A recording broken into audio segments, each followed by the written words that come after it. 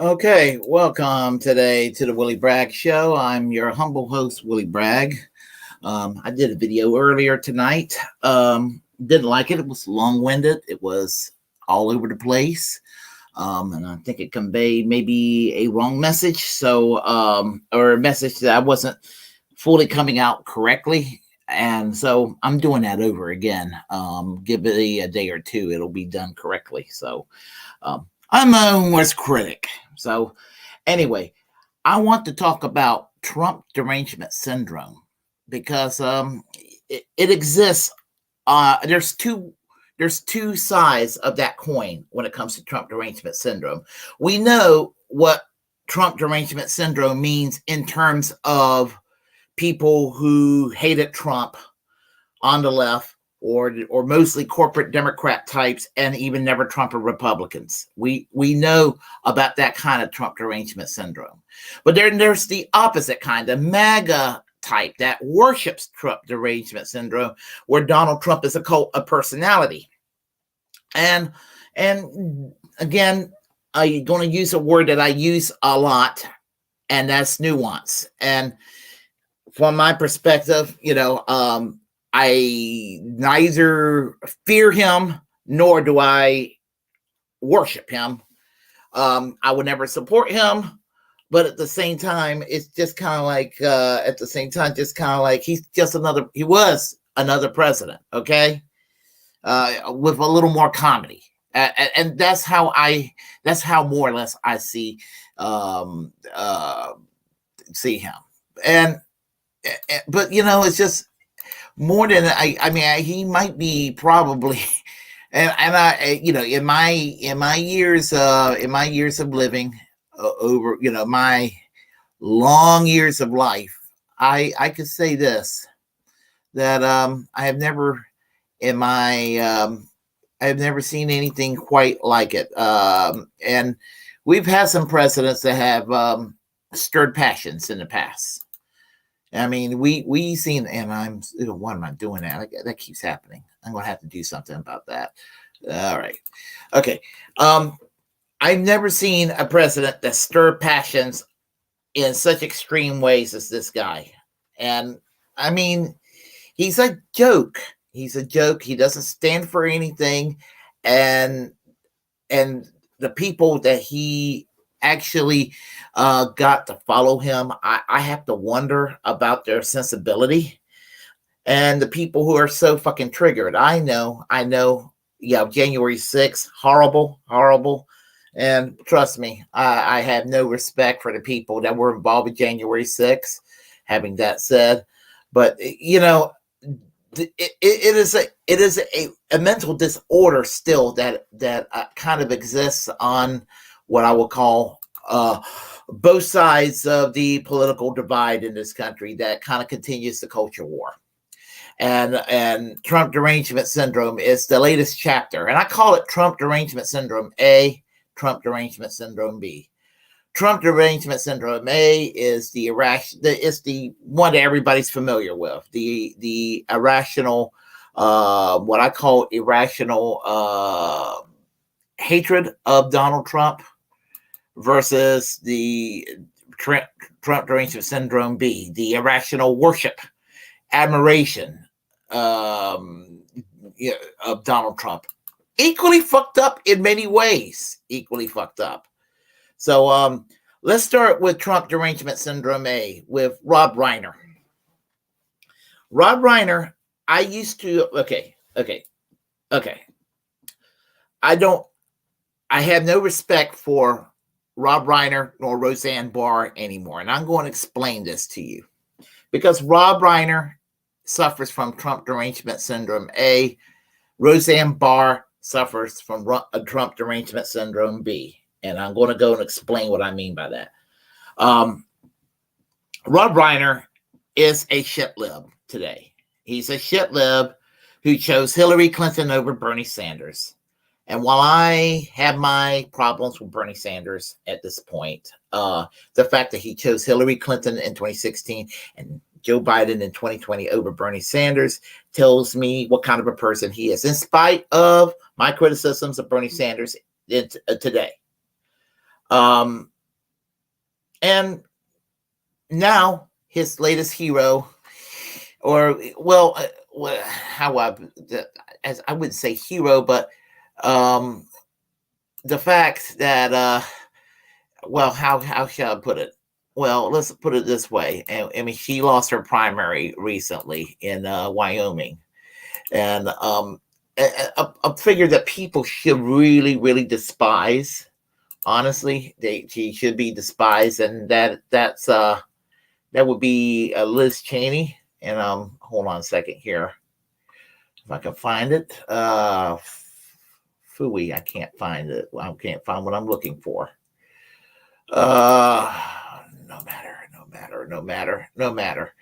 Suffice to say that this derangement syndrome caused him to praise Liz Cheney to the level he's done so.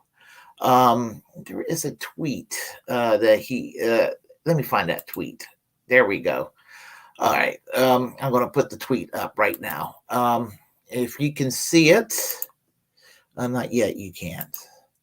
You can now. It's kind of blurred, but I'll read it to you anyway. With the exception of Liz Cheney and a handful of outcasts, Republicans are completely comfortable with outright lying. Democrats are hamstrung by having to tell the truth. But if we don't, we become them. So keep it up. Truth will prevail. He decides to make a hero out of a few never Trumpers that hates Donald Trump, such as Liz Cheney. I'm gonna tell you something about Liz Cheney. Liz Cheney voted with Donald Trump 93% of the time. Now I want you to think about that for a second. The 93% of the time that Donald Trump she voted with Donald Trump. You can just bet your beetle boots that the 7% of the time that Liz Cheney voted against Donald Trump might have been 7% of the time that Donald Trump might have been correct policy-wise and probably to her left. And all in all, Liz Cheney, for all intents and purposes, is policy-wise to the right of Donald Trump. This doesn't excuse Donald Trump. This does not in any way say, hey, well, Donald Trump is okay because Donald Trump isn't okay. I can give you all kinds of reasons to criticize Donald Trump, but I'm so tired of the enemy of my enemies, my friends, and it's ridiculous. I mean, I've said this before, and I'll say it again on things like LGBTQ rights. Donald Trump is closer to a mainstream liberal, while Liz Cheney's closer to Marjorie Taylor Greene. And then you got Robert Reich talking about Liz Cheney running for president. And it comes to show you that I think that Liz Cheney probably has a better chance of being the Democratic nominee for president or vice president than Bernie Sanders or AOC. And that's where we're at in the United States today. And, that's where we're at right now. So what I'm going to do is I'm going to play you this video here. Oh, my goodness. Okay. I'm going to play you this video from Turncoat Don. I'm going to put the description box. I'm going to put the link down below and everything, all the information. Great satirist. And he mocks this this newfound love for Liz Cheney in this video. So let me find this and you'll be able to watch it. And as I say, I'll put down the link in the description box below. So please do watch this and enjoy it. Enjoy.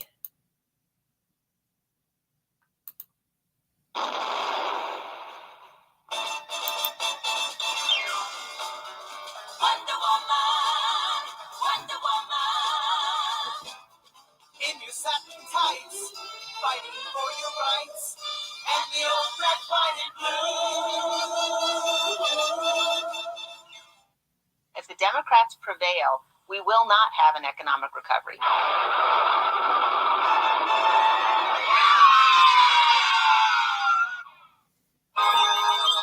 You and I know the damage Barack Obama has done to our beloved state and nations.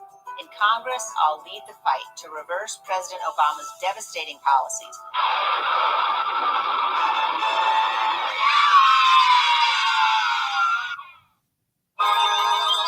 Bernie Sanders, AOC, Joe Biden, they are advocating the quicksand of socialism. They will absolutely sink and devastate this nation.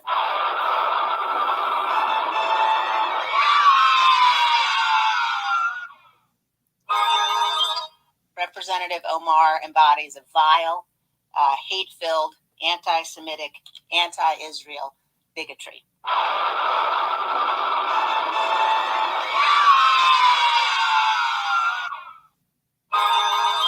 I am strongly pro-life, and I am not pro-gay marriage, said Cheney Friday. I do believe in the traditional definition of marriage.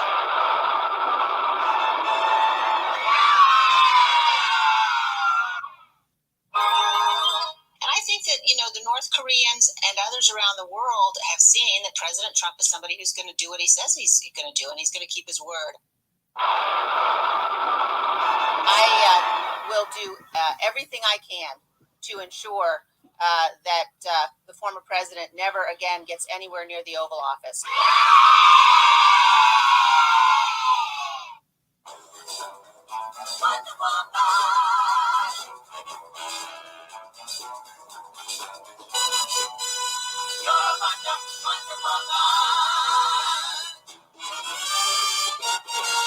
Waterboarding is not torture.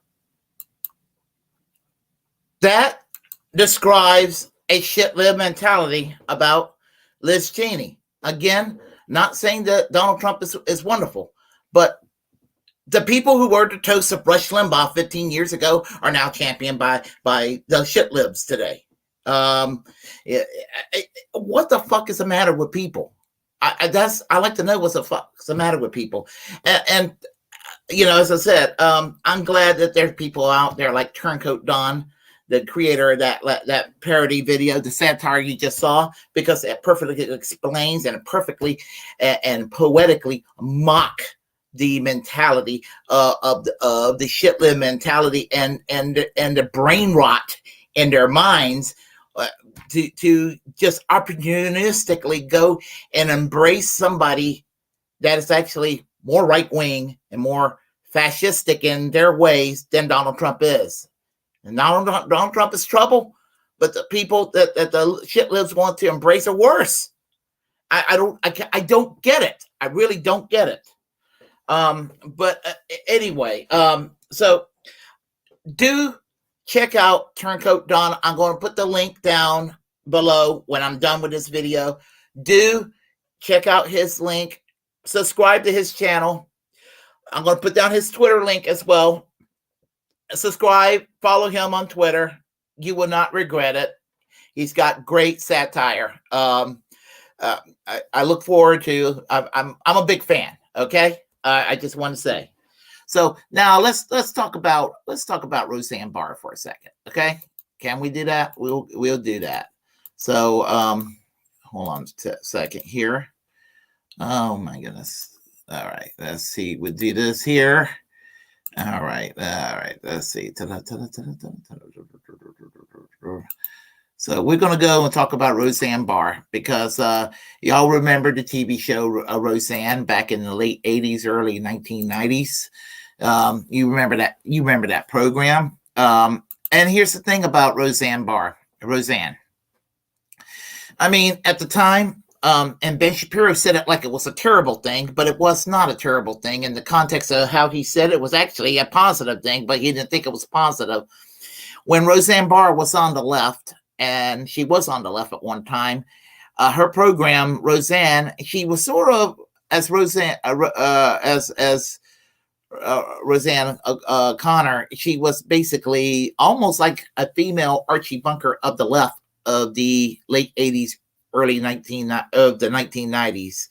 And she was in the show basically, and you know about the show, most of y'all know about the show. Basically, it basically addressed real issues, unlike a lot of contemporary television in the last 35, 40 years, where they just don't discuss class issues. It did discuss class issues and issues pertaining to deindustrialization of a lot of these northern states and Midwest states and all of that, where a lot of these factories, steel factories and plants and coal industries, what have you, were leaving the United States to go elsewhere. Car manufacturing, you name it, all around, whether it's in Pennsylvania, Ohio, Michigan, Illinois, wherever, up in Wisconsin, places like that, Indiana, all of these places. And what happened is that the manufacturing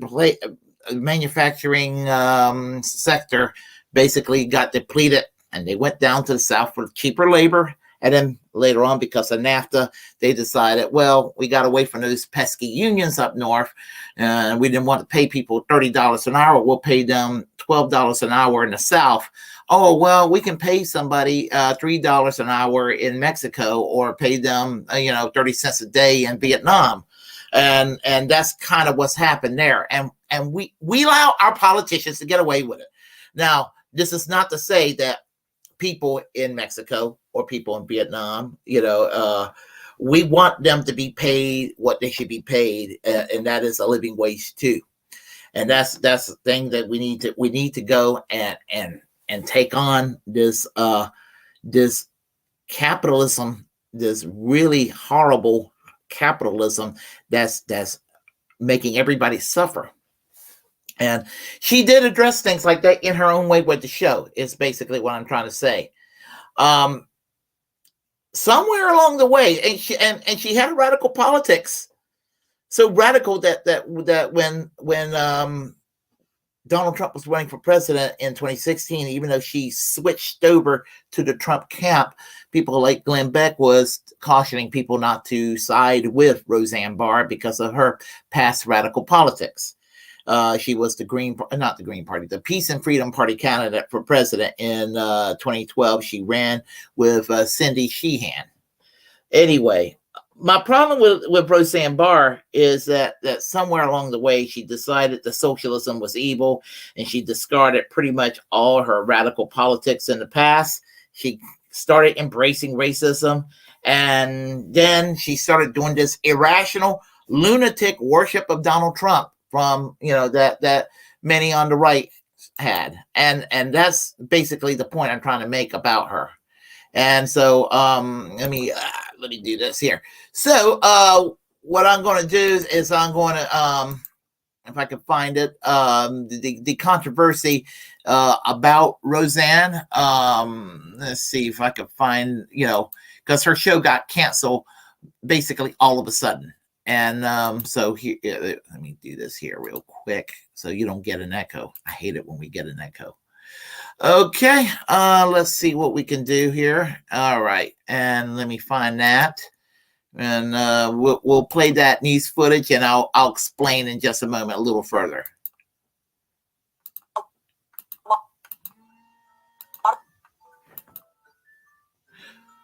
Talking about this, ABC canceling Roseanne. It comes hours after Roseanne Barr, the lead actress in the rebooted sitcom, faced criticism over what many are calling racist Twitter rants. And in the last 20 minutes, The Hill reporting Barr's talent agency has also dropped her. She wrote that former... My alarm went off, so I'm going to play that again. It's a 53-second clip. Sorry.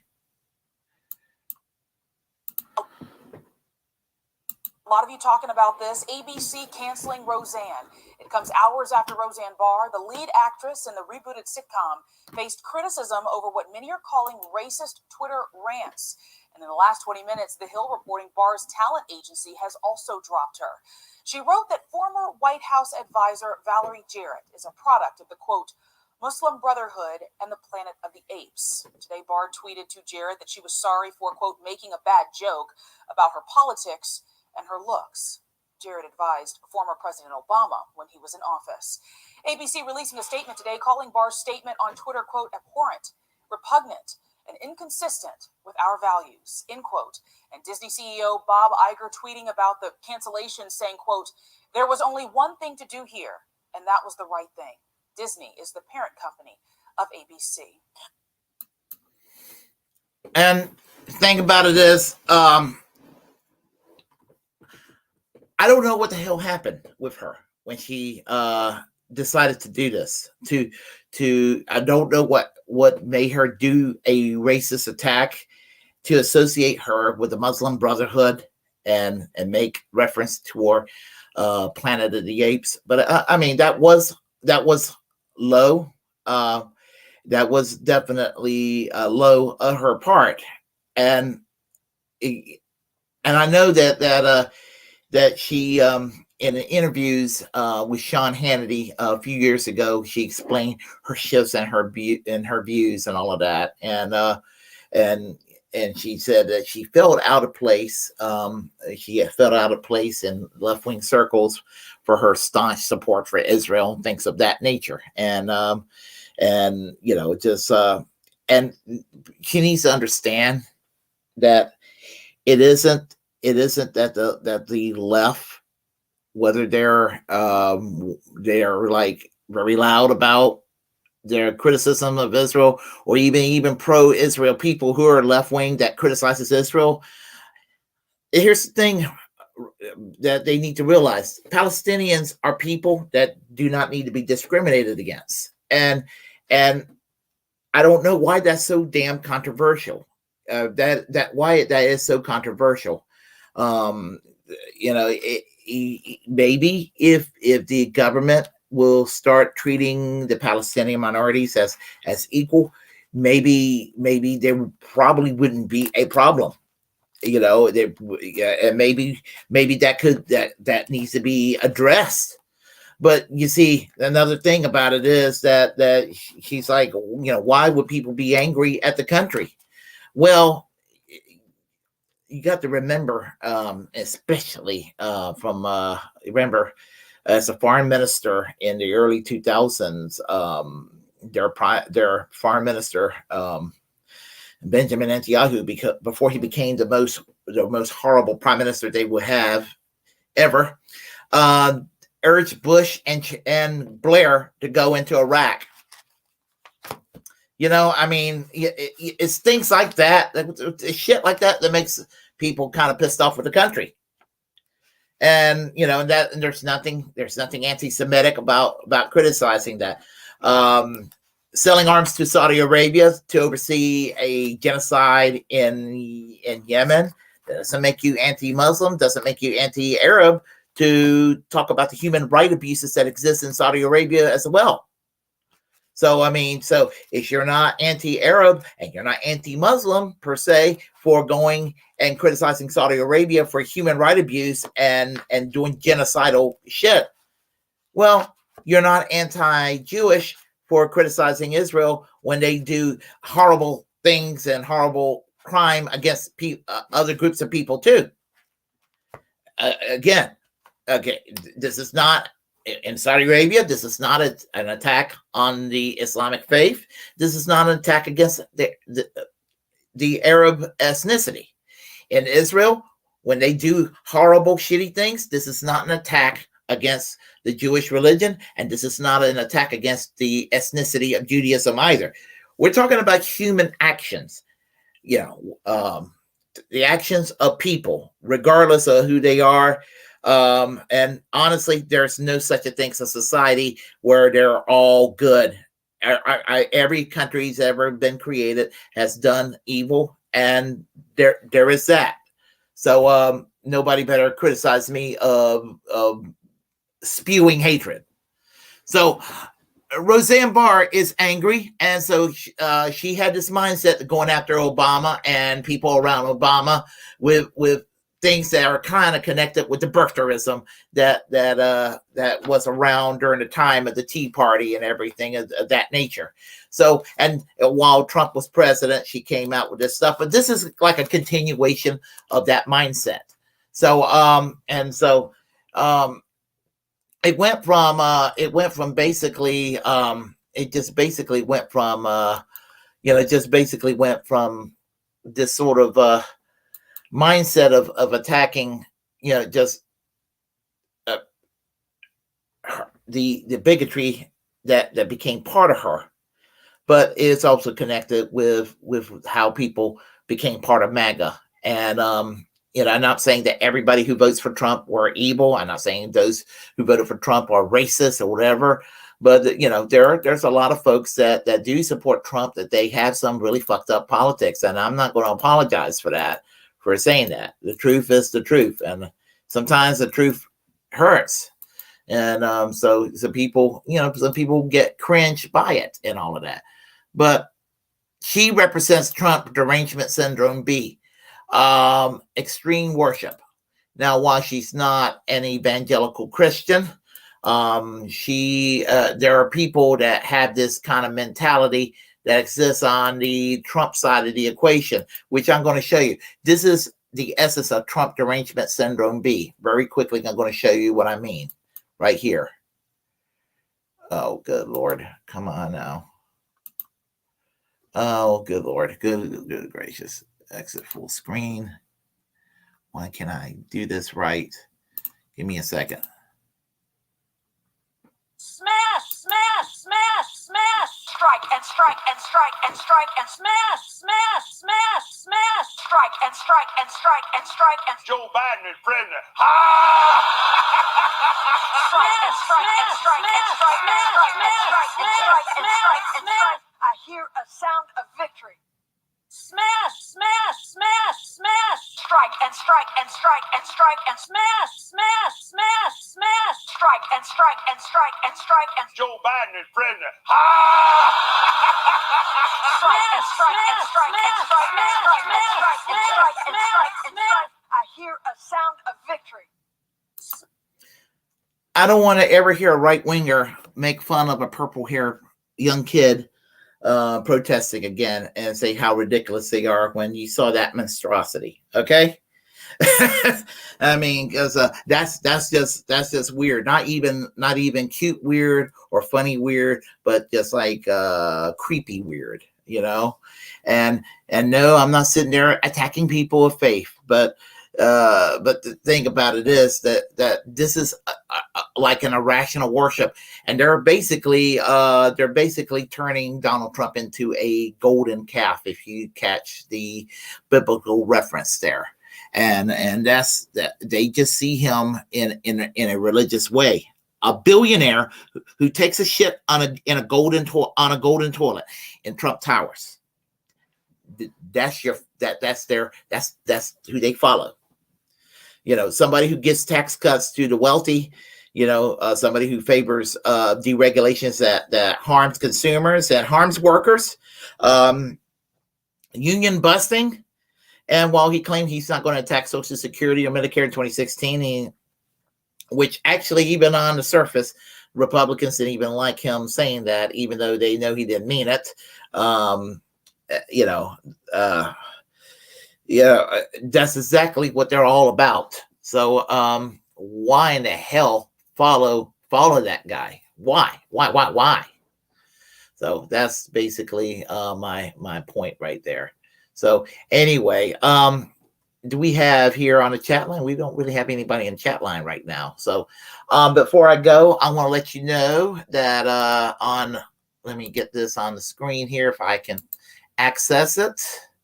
If I can access it. If I can't, I can't. Let's see. If I can, I can, but if I can't, I can't. Let's see. It looks like I can't. So well, that's no matter. Unless let's see. No. All right. Well, I guess I can't. So, oh well. What was I going to say? Okay, well, let's conclude by saying this: that on October 8th at the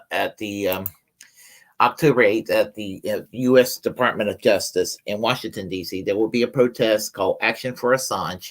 It's from 12 to 3 in the afternoon. We'll have some speakers there. One of them would be, I know Savvy Sabs will be there. Can't think of who the others will be, but I'll let you know more in the details. I'm planning to show up there, so if you're there, I hope that each and every one of you will come by, and we'll exchange pleasantries, and hopefully this action will do our part to see to it that Julian Assange is a free man, and that free speech and a free press is preserved. So there's that. So and I'll let y'all know a little more about that as time progresses. Let's see. If you like what you heard, press like and comment. If you disagree with what I have to say, well, please comment anyway. We will have a conversation. As a First Amendment absolutist, it's my duty to inform you to create your own platform and utilize it, because we are, in fact, the muckrakers of our time. Let's see what else I'm going to say. Feel free to subscribe and follow me here on YouTube, Twitch, Twitter. I'm on Twitter all the time. I will soon try to make it on Rumble as often as possible, hopefully by October. And remember to always reject corporate media, because they have nothing to offer to us. And until next time, I'm Willie Bragg. I'm going to go and conclude by saying to y'all music. So let me say to y'all music. Music.